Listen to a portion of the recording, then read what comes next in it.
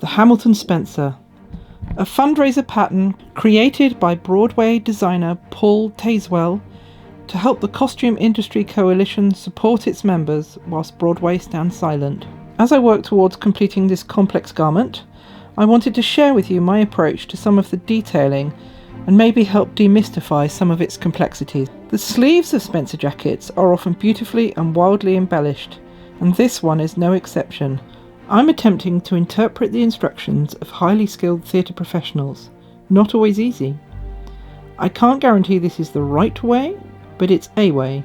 These are modern techniques used to produce a historically inspired garment. Let's take a look at the process. Cutting out. When you cut your petals out, don't cut these V's out. Theatre people probably know that, but I cut them out first and it makes it really annoying. Then you're going to need to transfer all markings. I used one of these. This is carbon paper.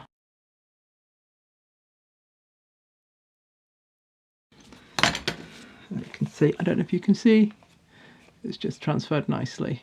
I need to do that all on both sides, all of these markings. Just a quick anatomy of this. Grain. This outermost edge is the seam allowance, 3/8 seam allowance, and then 1, 2, 3, 4 is the inner petal edge. See, there are different petals there. So these lines here are the edges of these. Okay? Next step, thread mark innermost petal shape. This one.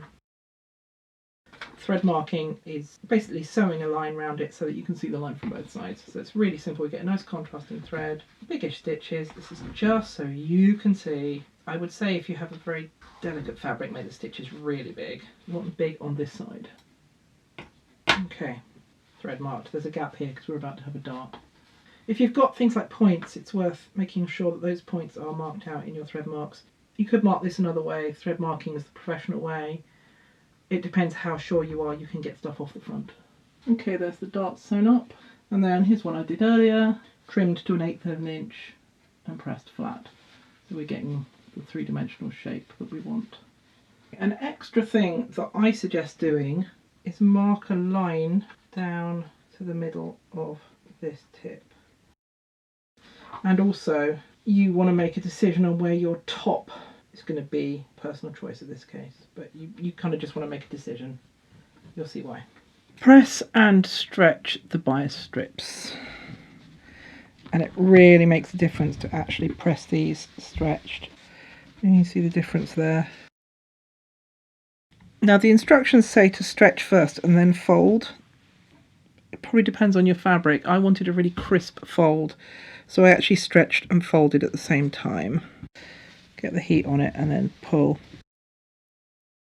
Fold bias strips with face side out in half lengthways and stitch 5/8 of an inch from the fold. Now later on it says clip seam allowance as needed. I just found it easier to just clip the whole strip, certainly for the inner curves. So it's up to you whether you do this now or later.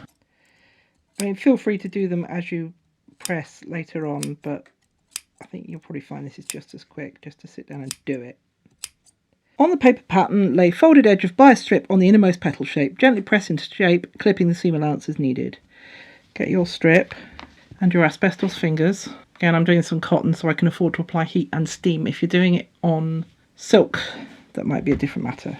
Because you've pressed this stretched, as you heat it, you should be able to release the stretch. So rather than trying to stretch it out, it will curve as that stretch that you pressed in earlier gets released. And what I've been doing is taking the other end of the strip and doing the other side at the same time. So this first one, you want that innermost curve, like so. Lay each piece along the thread mark line on the petal base and mark the top and bottom seam lines. I've actually not cut them off the bottom because I'm never quite sure how long they're going to be. Do you remember this line here? This is important. This strip needs to be longer than this line. So I'm going to make sure that's longer. And we're literally, don't get too precise. You can if you want. But I'm just going to stick a couple of pins in, not too many, because these are coming off again in a minute. Following this edge, following your stitch line. Right round. And remember this line? That's got to be longer than that line.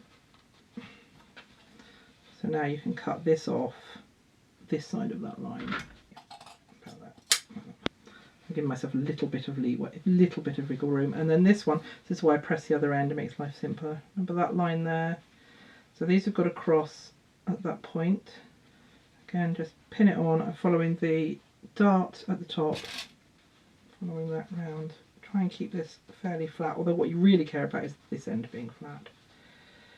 And follow that round. And again, these have got to cross at this point, but then we're going to be doing a seam down here. And we want that seam to follow this line, which is why I think it's really useful to have it. Okay, stick a pin in there and then just cut this one off about there. Right. Mark the top and bottom seam lines. They say it's so simple. This takes ages. Get rid of trusty marking item. You can use a friction pen if you've got a nice pale fabric. If you've got dark, you can have to use chalk. Okay, so what we want to do is from this tip, from this crossover point, wherever you decide it's going to be, to that line, we want to make a nice straight line. Like that. And then you need to do that on both pieces.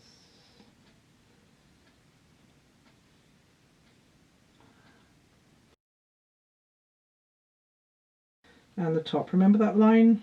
I said make a decision, this because where this seam line goes, I'm going to just kind of go there because that's where it feels right. But you need it to be the same on this one. Nice straight line. Okay. Remove from base and stitch top and bottom seams into the bias. Don't forget which is the top.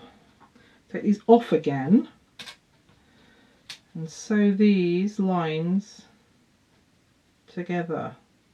Now I find the easiest way to do this is to actually, for each one of these lines, fold it so that your previously drawn line is on the top and just mark in the gap. I don't know if you can see that, or at least mark the ends. Now I'm going to mark these four like that.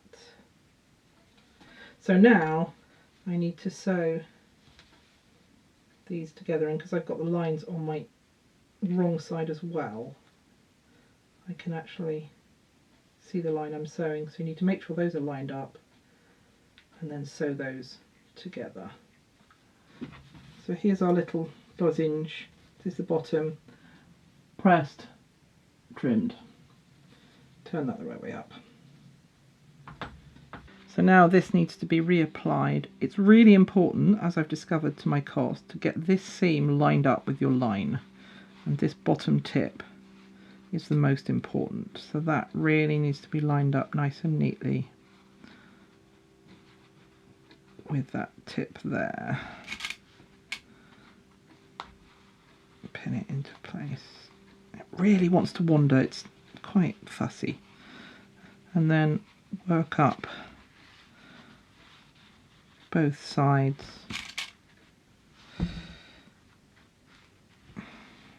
How precise you want to be with this depends on how precise you are as a person, really.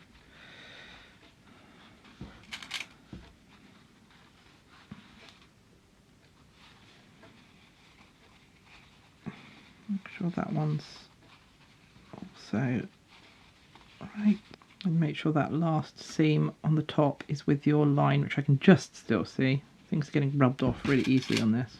Okay, next step is to baste this one into place. Just be aware when you're manipulating all this that these lines on the back have a tendency to get rubbed off. So every now and then I'm just checking that they are still there. I just need to baste this into place and be very wary of this line being correct. So let's stick that in there first. I don't do basting very often.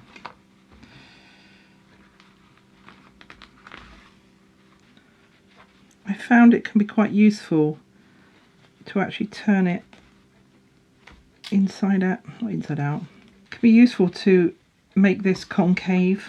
It all seems to work because you're not working that way, you're working round the curve, so it doesn't matter if which way around the curve is. And when you come to sew it on the machine as well, it's way easier to do it on concave than it is on convex. Before you go any further, check that those are where you want them to be. So we're going to thread mark. We've done that one, we're going to do this one. And the point being, there we go.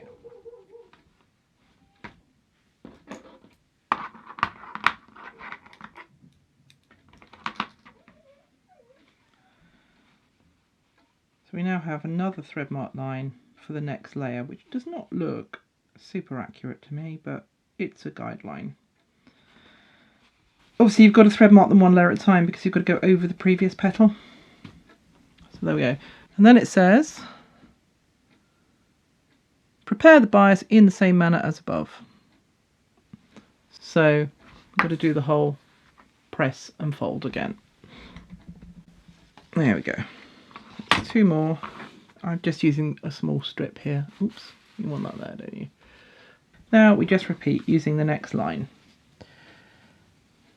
So you're going to line it up on your stitch mark, on your thread mark. Another alternative is to just draw by hand with chalk or your equivalent removable marker on this side, if that's something you'd rather do. And again, we don't want to put too long fiddling with this because we're going to have to take it off again in a minute. So that goes down to there. I couldn't get my thread through this bit, so I just know that I've got to line it up on the point. So now we're just going to do the same, following this seam line up, drawing seam lines,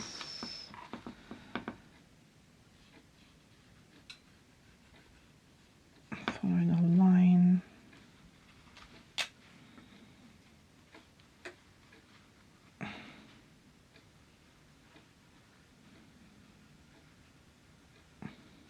take them off, mark them the other sides, sew them together.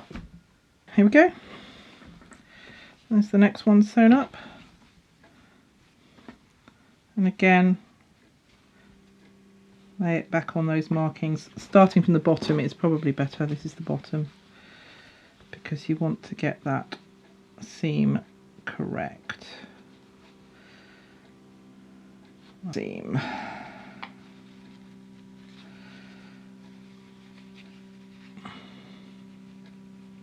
Pinning those in. Now the difference is this time we're actually going to machine sew this, and I think the point is, because this gap is so narrow, that hopefully the machine sew on this should catch this one. You can see it takes a little bit of fiddling with to get this how you want it. Just trying to line everything up. So now we need to machine sew round this edge. I am doomed today in background noise. That's no longer 5/8 because this has stretched. It is in some places. Kind of depends how far it's curved, because when you curved it, you released some of that stretch. So we're looking for so we're going to need to remeasure as we sew round. So there we go.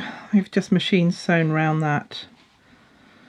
It's not the most beautiful thing in the world, sorry. I'm not super good at pretty. Check it's all right at the back.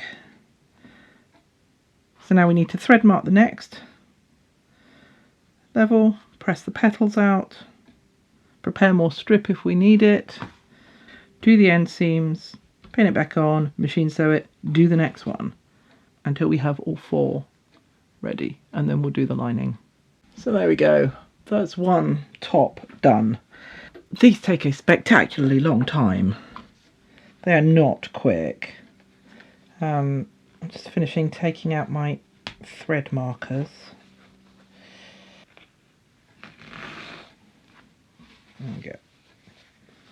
Beautifully 3-dimensional. So this is one of the front petals. And then we've got, that's the back. And that's one of the centre ones. So you can see where we're going with this. But still, first, these need backs on. All of these, the stripes have gone over the edge. That one quite a lot. But if you look here, these lines do disappear off. So next step is to get lining backings for these. Okay, here's another hint. When you've finished each one, mark what it is. The centre ones are symmetrical, so that's fine. The back ones are not symmetrical, so I've marked this one back right. I'm going to mark this one back left. One is you could probably do that in a non-indelible pen, because that's never going to be seen. So I just checked, and the one I've just made with the pattern the right way round is the right hand side. So this is the front right.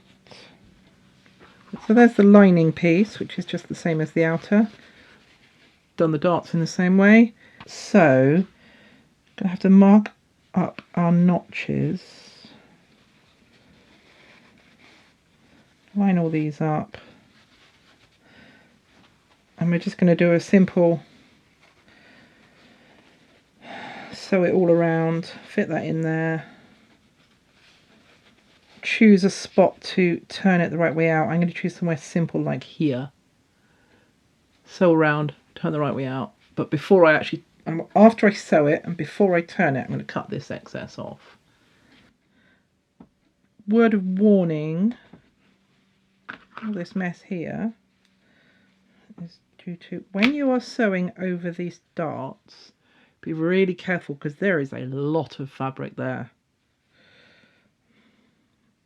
There's all the different seams. You might even need to be really careful. So that's got a gap still. So I'm going to cut this lot off because that's all going to vanish.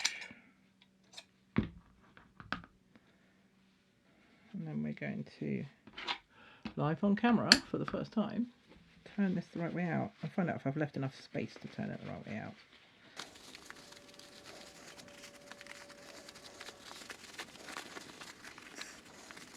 Gently press and slip stitch lining close by hand. There is a lot of bulk in here. I think it's worth grading that before you turn it the right way up. There we go. Something weird has happened here. And I'd say don't be afraid to put a few little stitches in to make these sit nicely if you've got weirdness like that. There we go. Good luck.